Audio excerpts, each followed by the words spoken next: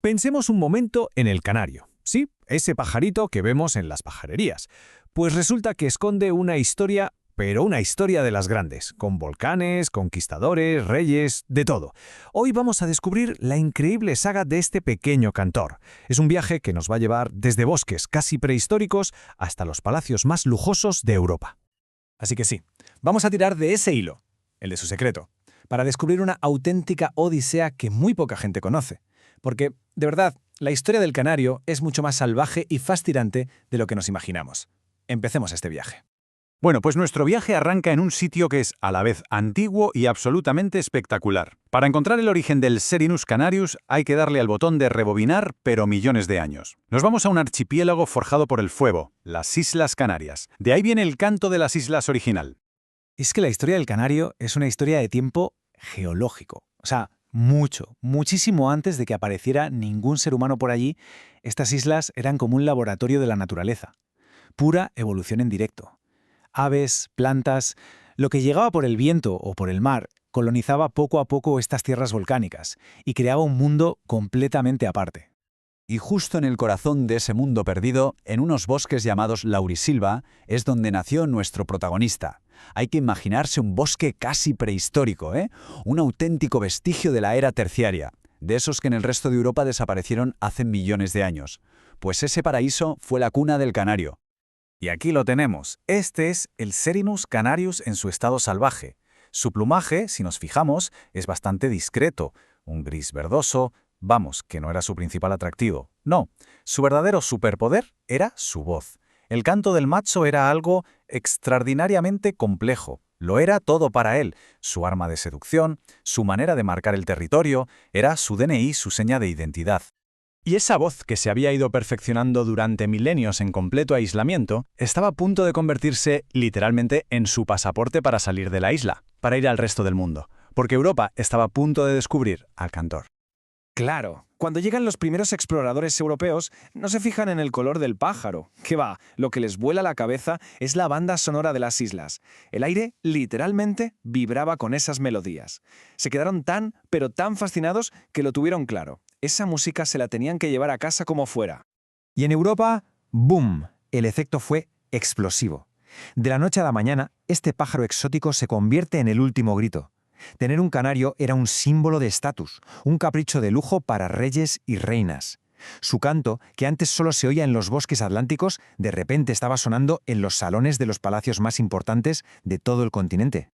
Claro, con esa demanda se desató una auténtica fiebre comercial. El siglo XVI fue una locura. Se montó un negocio masivo y muy lucrativo, centrado solo en este pequeño pájaro. Y el negocio tenía sus reglas, muy claras además. Lo que se vendía era el canto, punto. Así que los machos eran el producto estrella. Las hembras, como no cantan, pues apenas tenían valor. Los documentos de la época son súper claros. Se pedían machos y cantores. Ahora, eso sí, si por casualidad aparecía una mutación, un pájaro amarillo o blanco, ¡buf! Eso era como encontrar oro. Eran joyas vivientes, literalmente. Y claro, todo este misterio alrededor del pájaro dio pie a leyendas fascinantes. Hay una muy buena que recogió el naturalista suizo Konrad von Gessner. Resulta que, como a las Canarias se las conocía como las Islas del Azúcar, pues la gente en Europa ató cabos y pensó, ¡claro! El secreto de esa voz tan dulce tiene que ser que come caña de azúcar. Una idea muy poética, sí, pero completamente falsa, claro. Todo este comercio masivo llevó al siguiente paso lógico: empezar a criarlos en cautividad. Y este es el punto de inflexión. Aquí es donde la relación entre el ser humano y el canario cambia para siempre. Ya no éramos simples captores, nos convertimos de alguna manera en sus creadores. La domesticación fue como un baile, ¿no?, entre el azar y la intención. La vida enjaulado, con una dieta diferente y un entorno nuevo, hizo que aparecieran mutaciones espontáneas. De repente, un pájaro de un color nuevo. ¿Y qué hacía un criador cuando veía eso? Pues lo seleccionaba, lo cruzaba, intentando fijar ese rasgo. Es un poco como el dicho, la naturaleza propone y el ser humano dispone. Y claro, este éxito en la cría lo cambió todo. Ya no hacía falta ir a las islas a por los pájaros salvajes.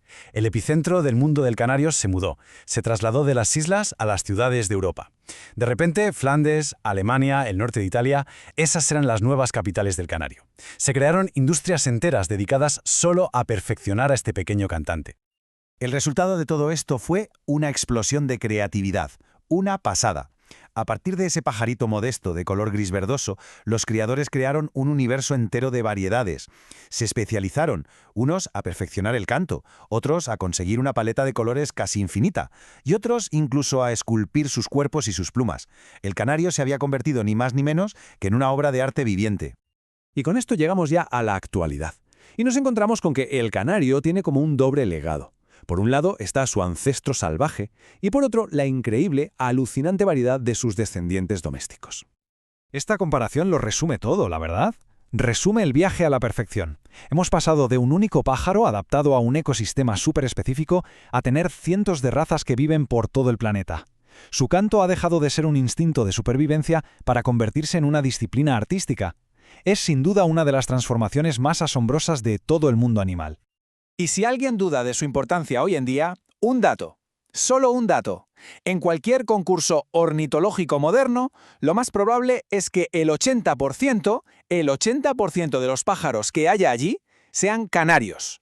La ornitología deportiva en gran parte se construyó sobre los cimientos de este pequeño cantante. Y aquí llega la que es, para mí, la mejor noticia de toda esta historia. Y es que, a pesar de siglos y siglos de caza intensiva, el protagonista original, el Serinus canarius salvaje, sobrevivió. A día de hoy sigue volando libre por sus islas, llenando el aire con exactamente el mismo canto que un día cautivó al mundo entero. Es un final feliz para una historia que la verdad ha sido increíble. Y terminamos con una reflexión del autor del estudio, de Nicolás Sosa García, que creo que lo resume toda a la perfección. Él dice, de no existir el canario, tendríamos que inventarnos uno. Y es que es verdad, este pequeño pájaro, con esa voz tan extraordinaria, nos recuerda cómo algo tan simple, tan aparentemente pequeño como una canción, puede literalmente cambiar el mundo.